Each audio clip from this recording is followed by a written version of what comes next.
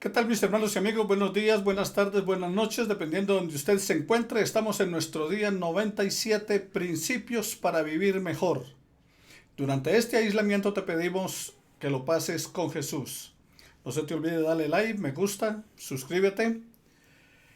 La adoración como principio para vivir mejor es lo que venimos tratando durante estos días. Queremos dar un saludo muy especial a Uber Hoyos en Inglaterra, a Alcira Carvajal de Forero en Bucaramanga, a Sergio Galván en Piedecuesta, no el futbolista, sino el pintor. Sergio, buenas tardes, bendiciones para ti y tu familia. Hoy estamos trabajando acerca de la adoración con la palabra y la oración, basado en el Salmo 19, versículo 7 al 14. Y tenemos un versículo para memorizar. Sean gratos los dichos de mi boca y la meditación de mi corazón delante de ti, oh Jehová, roca mía, redentor mía. Salmo 19, versículo 14. Nos dice, la adoración puede ser por medio de la lectura de la Biblia, la oración, y nosotros debemos aprovechar la lectura de la Biblia y también la oración como parte de nuestra vida de adoración. Estas dos son de gran importancia en la vida de un cristiano. El estudio de la Biblia y la oración porque nos lleva a conectarnos y a tener una mejor relación con Dios. En el versículo que les recomendamos para memorizar, que dice, sean gratos los dichos de mi boca y la meditación de mi corazón delante de ti, oh Jehová, roca mía, redentor mía. Salmo 19, 14. La meditación sobre los textos que revelan la grandeza y la bondad de Dios nos inspira como adoradores para admirarlo, alabarlo, glorificarlo. Como dice en el Salmo 145, te exaltaré, mi Dios, mi Rey, y bendeciré tu nombre eternamente y para siempre. El autor de este salmo, el Salmo 19, es David. Está en los días de su juventud y se desempeñaba en su labor de pastor en el rebaño que cuidaba para su padre. Tenía dos fuentes de revelación. Una era la naturaleza y la otra las escrituras. El Salmo 19 se divide naturalmente de esta forma. Primero, la naturaleza cuenta la gloria de Dios, de los versículos 1 al 6. La palabra revela la gracia de Dios, en segundo lugar, de los versículos 7 al 11. Y en tercer lugar, David busca para sí una obra de gracia de Dios para él, versículos 12 al 14. En la adoración y la lectura de la Biblia, que encontramos desde los versículos 7 al 11 de este mismo Salmo 19, Dios se ha revelado por medio de las Escrituras. En los versículos 7 y 9 hay 6 declaraciones con respecto a la revelación de Dios al lector de su palabra, a aquel que está leyendo en ese momento, seremos nosotros. En cada renglón de este texto, estos versículos en los que estamos reflexionando, hay una palabra que es un nombre para la revelación y va seguido de un atributo y uno de sus efectos. Por ejemplo, en el número 1, estamos hablando de 6, entonces vamos a mirar, número 1, en el versículo 7 dice, la ley de Jehová. Entonces, ¿cuál es el título? Ley de Jehová. ¿Cuál es el calificativo que le da? Es perfecta. Entonces, la palabra ley en hebreo es la Torá, significa doctrina e instrucción. En el tiempo de David, la Torá consistía en el Pentateuco, los 5 primeros libros de la Biblia, Génesis, Éxodo, Levítico, Números, Deuteronomio, y eran conocidos como la ley. Estos contenían las instrucciones de Jehová con respecto a la conducta que el hombre debía tener. Considera como tal una autoridad absoluta que Dios nos daba. Cada instrucción que él daba a su pueblo era ley como tal. Otros pueblos, como los asirios, tenían sus propias leyes, contenían cosas buenas, pero David dice que la ley de Jehová es perfecta. Ahí sería la diferencia con las otras. Completa, justa y sin error. ¿Qué efecto tiene en los que la reciben? Convierte el alma, en primer lugar. Convertirse quiere decir volver o regresar. La ley de Dios en muchos casos constriñe al hombre a volverse a Dios a fin de que podamos vivir conforme a sus instrucciones. Y esto nos llevaría a que nos vaya bien, como dice, para que le vaya bien. El 17, debéis guardar diligentemente los mandamientos del Señor vuestro Dios y sus testimonios y estatutos que te ha mandado. Y harás lo que es justo y bueno a los ojos del Señor para que te vaya bien y para que entres y tomes posesión de la buena tierra que el Señor juró que daría a tus padres. Deuteronomio 6, 18. Número 2, en el mismo versículo 7 del Salmo 19 dice, el testimonio, recuerda que estamos hablando de un título, luego le da un calificativo, una característica, y luego entonces, ¿para qué? Entonces, número 2, el testimonio de Jehová, ¿cómo es? Es fiel. Un testimonio es lo que uno dice para atestiguar la verdad, lo que Dios dice es verdad. Moisés usaba testimonios como sinónimo de los mandamientos de la ley de Dios. Deuteronomio capítulo 4, versículo 45, capítulo 6, versículos 17 y 20. Y los profetas hacían lo mismo. Isaías capítulo 8, versículo 20 de la palabra del Señor. El testimonio de Jehová, lo que dice o lo que manda, es fiel. Nunca falla, nunca cambia, es confiable. ¿Cuál sería el resultado? Hace sabio al sencillo. Una persona dispuesta a aprender, la persona que dijo, por ejemplo, Juan Calvino, no ha perdido la disposición de niño, que es lo que vemos en ellos. Esas personas recibirán sabiduría del Señor. Número 3, en el versículo 8 dice, los mandamientos de Jehová, ¿cómo son? Rectos. ¿Cuál es el resultado? Alegran el corazón. Son rectos y justos, y los que obedecen sienten alegría en el corazón. Tendrán entonces el gozo del Señor. Ese gozo que Él mismo nos brinda, como dice Nehemías en el capítulo 8, versículo 10, o del cual oró Jesús por usted y por mí, por todos ustedes que nos están viendo y escuchando, en Juan 17, en el versículo 13, donde dice que Padre, te pido por ellos para que tengan mi gozo en sí mismos. El autor de Proverbios dice que cuando no hay gozo del Señor, la vida es seca. Proverbios 17, 22. El corazón alegre constituye buen remedio, mas el espíritu triste seca los huesos. Por lo tanto, es un fruto del espíritu.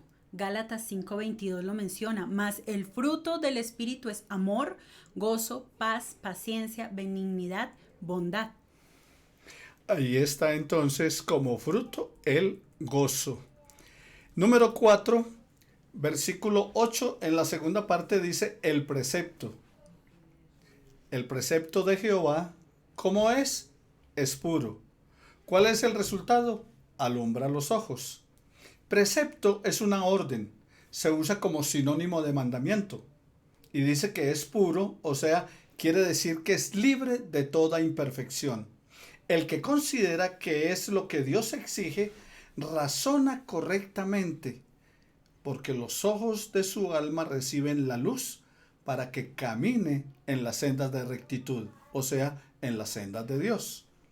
En quinto lugar, en el versículo 9, en la primera parte, menciona que el temor de Jehová es limpio, permanece para siempre.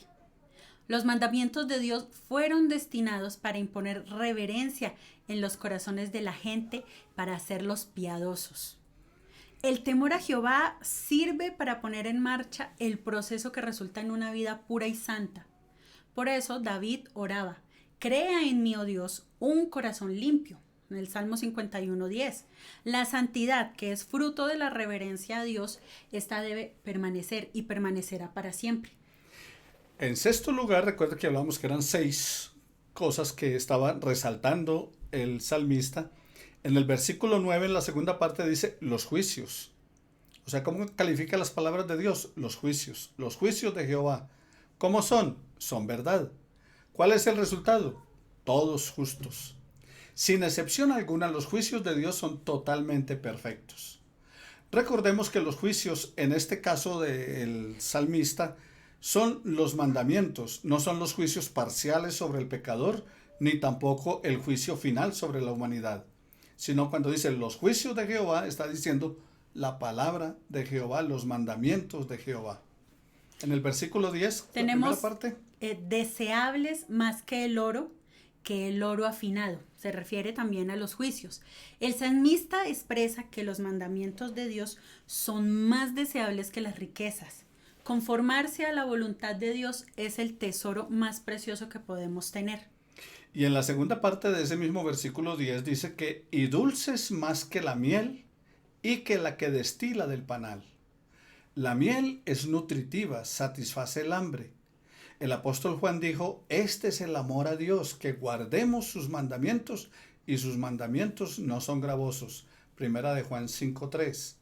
Para el que ama hacer la voluntad de Dios, para el que ama hacer la voluntad de Dios, la lectura de la palabra no es una carga, es una experiencia dulce, agradable. Por eso dice, como la miel. Es una experiencia dulce, agradable. Como dice el Salmo 48, el hacer tu voluntad, Dios mío, me ha agradado. Y tu ley está en medio de mi corazón. El versículo 11. La primera parte menciona, tu siervo es además amonestado con ellos. Otra más de la palabra de Dios, de los mandamientos.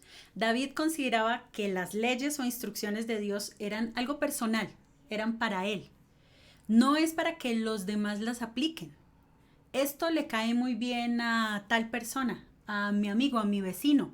No, el menaje de la palabra, lo que nos menciona primeramente es que es para nosotros, personal, antes que para los oyentes, para las demás. De nada me sirve que usted sea edificado, pero que yo me quede sin fruto. No es como la persona que iba a la iglesia y cuando el predicador presentaba el mensaje, decía, pastor, ¿cómo le cae eso de bien a Julano? Y un día que fue solo porque había tremendo aguacero, fue el único que llegó al culto, el pastor predicó y entonces el pastor dijo, ahora sí, esto le cae a él. Cuando terminó, el hombre se le arrima al pastor y le dice, pastor, qué buen mensaje, muchas gracias, lástima que no vinieron para escucharlo. Entonces, eso es, para David era para él. Y la palabra de Dios es para mí, es para ti, es para usted que está escuchando. No es para que se lo regale al vecino. Versículo 11 en la segunda parte dice, por eso el salmista puede testificar de esta manera. En guardarlos hay gran galardón. Él había desobedecido y había recibido el castigo por su desobediencia. Pero se había arrepentido y se esforzaba ahora por serle fiel a su Dios. Se esforzaba por obedecer. Y él dice, hay recompensa presente y futura. Por eso dice, en guardarlos hay grande galardón. Para reforzar entonces su aprendizaje bíblico sobre el tema que estamos tratando, la adoración con la palabra y la oración, le invitamos a que lea Deuteronomio 27, 11 al 26, el 31, versículos 9 al 13, en Josué capítulo 8, versículos 30 al 35, en Nehemías todo el capítulo 8, en Jeremías capítulo 36, versículos 1 al 8, y Lucas capítulo 4, versículos 16 al 21 de la palabra del Señor. Entonces, queridos hermanos y amigos, no olviden que la palabra de Dios es perfecta, hace sabio al sencillo, y debe ser para usted y para mí más deseable que el oro. Entonces, a través de la palabra, usted y yo podemos adorar a nuestro Dios, rendirle tributo a Él, volcar nuestro corazón al Señor. Al meditar en su palabra, entonces nuestra vida va a ser edificada por ella. Oremos al Señor pidiéndole que Él encarne esa palabra en tu vida, en nuestra vida, a fin de que la pongamos por obra, que seamos obedientes. Porque el Señor dice, el que me ama, mi palabra guardará. Oremos al Señor. Padre, gracias, Padre Celestial. Bendecimos tu nombre y tu palabra, Señor, en la cual hallamos gozo, hallamos sabiduría y el descanso para nuestro corazón y nuestra alma.